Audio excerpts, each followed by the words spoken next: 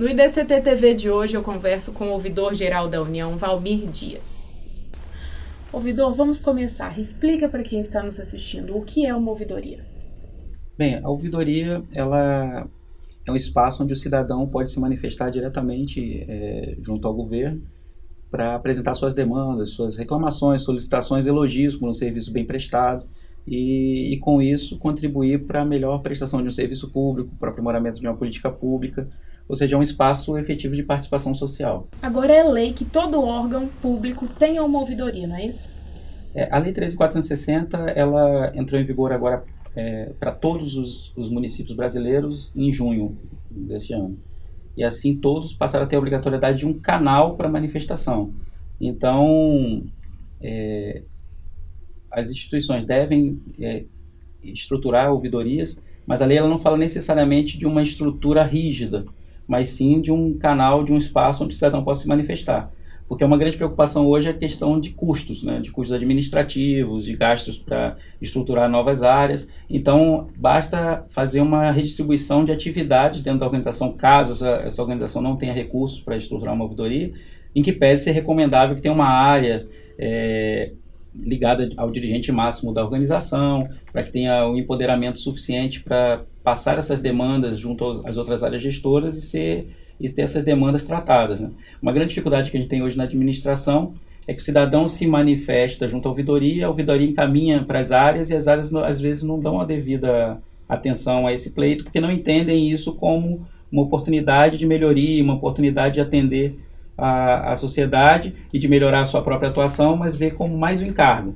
Então isso que, além da obrigação legal que a gente tem a partir de agora, é importante que todos os gestores tenham consciência de que, além de cumprir uma obrigação legal, ao dar o devido tratamento a uma manifestação de ouvidoria, ele também está atendendo o cidadão, contribuindo para a sua própria gestão, porque é um feedback do próprio cliente, né? E podendo contribuir para a melhoria da realidade social do nosso país. Essa lei determina que o ouvidor tenha que ser certificado ou não? Não, ela não tem essa obrigatoriedade, não tem essa previsão, né? Inclusive, ela prevê a regulamentação pelos vários entes e poderes. No âmbito federal, por exemplo, nós fizemos essa regulamentação dentro do decreto 9492 de 2018, que regulamentou, que traz para a Ouvidoria Geral da União o papel de órgão central do Sistema Federal de Ouvidorias. Não há essa previsão de certificação. O que a gente tem no âmbito federal que há uma previsão de requisitos para qualquer cargo de direção na administração por meio de um outro decreto, que foi o decreto que estabeleceu critérios para a indicação de cargos públicos. O que a gente tem são perfis recomendáveis para um ouvidor. E no nosso caso, no âmbito federal, a gente oferece também uma certificação em ouvidoria, que é uma certificação gratuita. Não é obrigatória, mas quem faz essa certificação já entra aí no mundo da ouvidoria conhecendo requisitos, obrigações, né, deveres enquanto um agente de ouvidoria, que é bem interessante para quem atua nesse campo. E aí você já entrou na nossa próxima pergunta. Qual é o perfil de um bom ouvidor que precisa acolher as demandas da sociedade, que são muitas e algumas de necessidades de básica, né, como saúde, educação? Bem, um bom ouvidor ele tem que realmente fazer essa conexão entre o cidadão e o Estado. Então ele tem que ter a capacidade de receber as demandas, de tratar com cortesia o cidadão, de poder identificar os casos individuais, ver a prioridade eventualmente tem que se dar uma determinada situação que possa ser mais emergencial, mas não se descuidar de utilizar esse conjunto de informações para apresentar propostas de melhoria, de desburocratização, ou seja, um perfil multidisciplinar. Então a gente não prevê uma formação específica. Eu, por exemplo, já passei por auditoria, já atuei na parte de prevenção, porque na CGU eu já atuei em unidade regional da CGU, que acaba atuando nas várias áreas, e esse modelo da CGU é bem interessante, porque a gente atua em auditoria, em prevenção, em combate ostensivo à corrupção, em corregedoria, que é a parte de sanção a agentes públicos. Então, conhecer todas essas áreas é importante, porque são as áreas que você vai interagir enquanto ouvidor. Você atua no aprimoramento da gestão, tratando as demandas, dando encaminhamento às demandas junto aos gestores, mas também manda denúncias, eventualmente, de irregularidades para a área de apuração, né, que pode fazer uma investigação, uma auditoria, uma fiscalização, ou para a área correcional, quando tem um agente público envolvido no ilícito. Então, o que é importante para o ouvidor é ter essa capacidade de conhecer a administração pública. É importante que tenha um conhecimento amplo da administração pública, que tenha a capacidade de de ouvir o cidadão, de articular também soluções, porque o papel de mediação é fundamental.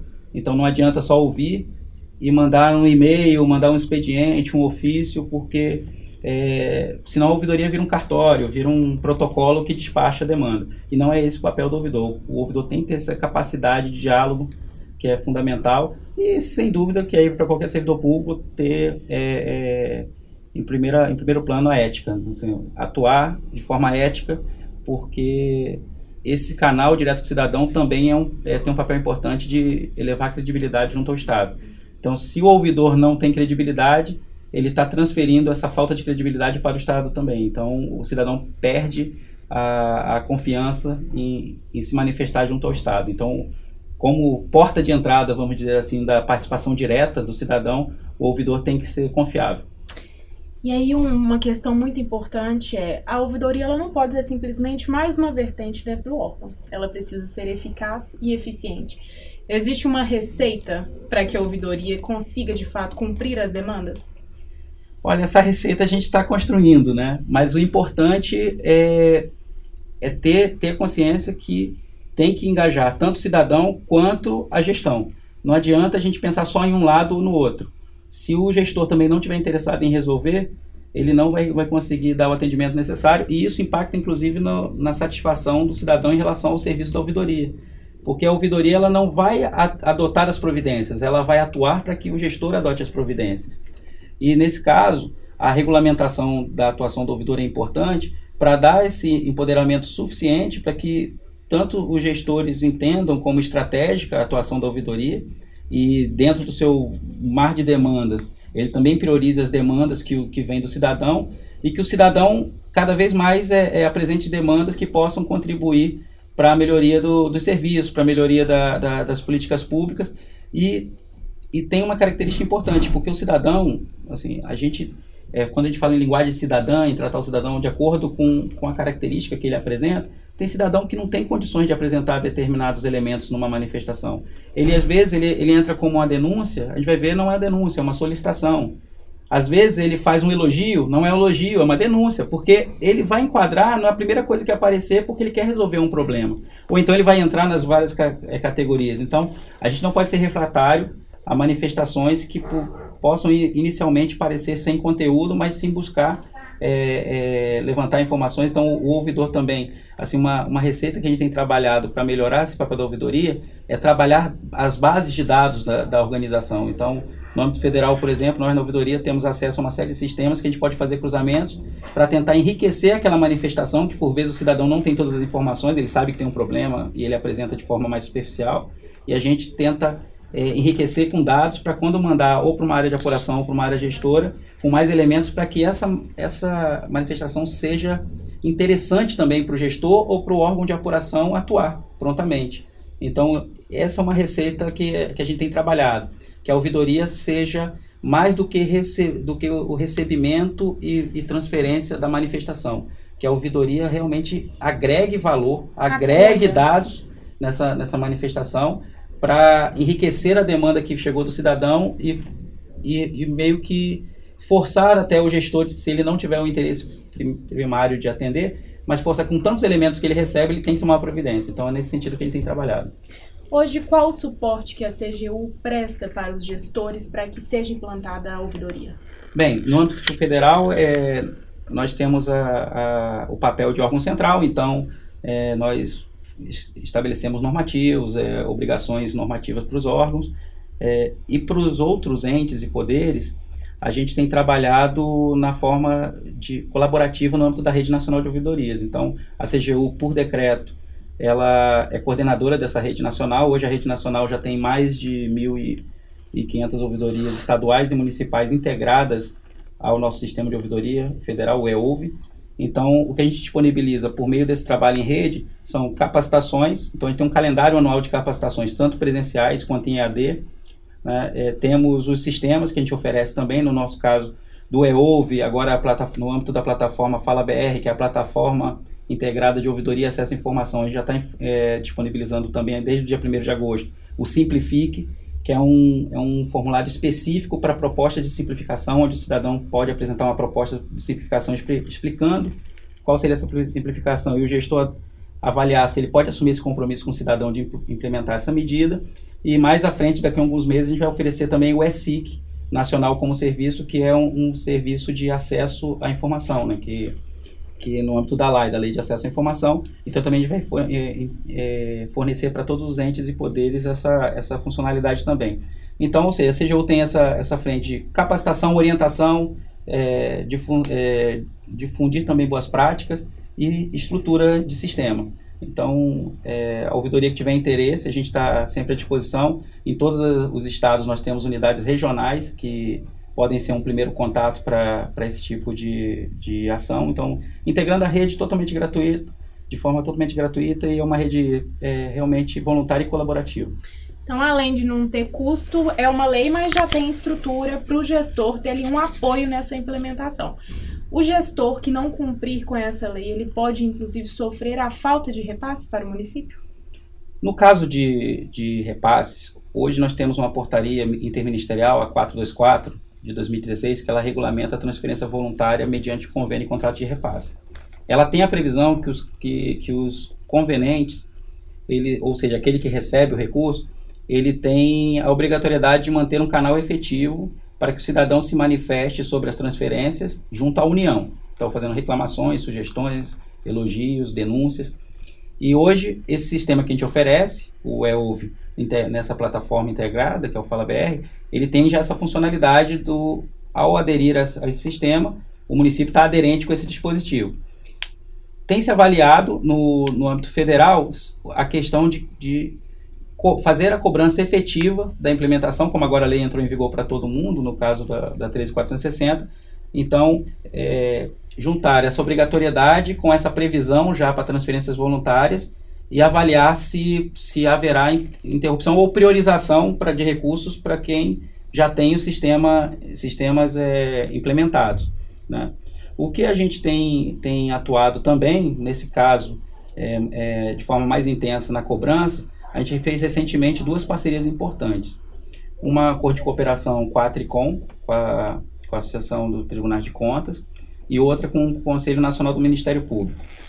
As 2 parcerias são no sentido de fortalecer a Política Nacional de Ouvidoria. Então, esses 2 parceiros, eles têm competência para atuar, não a Tricom diretamente, mas por meio dos tribunais a ela vinculados, associados. Então, cada tribunal basta fazer a adesão, assim como cada unidade do Ministério Público, estadual ou federal, pode fazer a adesão ao termo que já existe no âmbito do Conselho Nacional do Ministério Público e com isso atuar de forma, num primeiro momento, de fomento, de orientação, mas futuramente fazendo a cobrança, porque como a gente hoje oferece a possibilidade de estrutura, de sistema, de orientação técnica, inclusive minuta de normativos, né, num primeiro momento a gente está orientando e esses parceiros estão conosco orientando, mas nada impede que daqui a algum tempo eles comecem a cobrar dentro das suas competências legais. Então é uma preocupação também que o gestor tem que estar atento, porque a gente está no momento agora de fomento, de orientação, mas daqui a pouco virão as cobranças legais, né? Porque temos instituições que têm esse papel. Mas ainda não existe um prazo determinado para essa questão punitiva?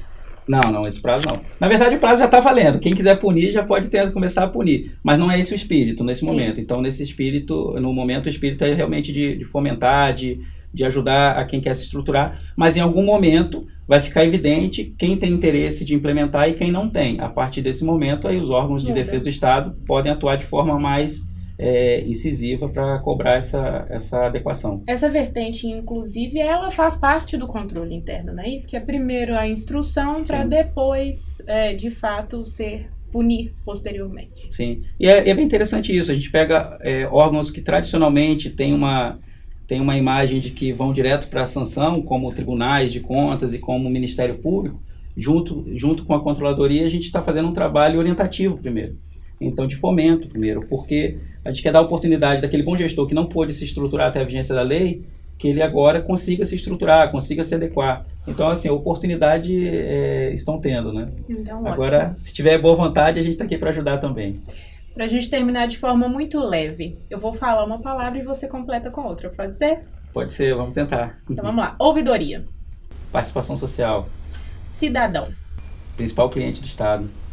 Transformação social. mudança de cultura. Nós vamos construir o Brasil. Juntos. Ótimo. Eu agradeço muito sua participação. Eu também agradeço a oportunidade e, mais uma vez, a Ouvidoria Geral da União está à disposição, tanto para o cidadão quanto para os agentes públicos que quiserem realmente fomentar uma política de participação social e ajudar a construir um país mais inclusivo e que tenha políticas e serviços mais eficientes.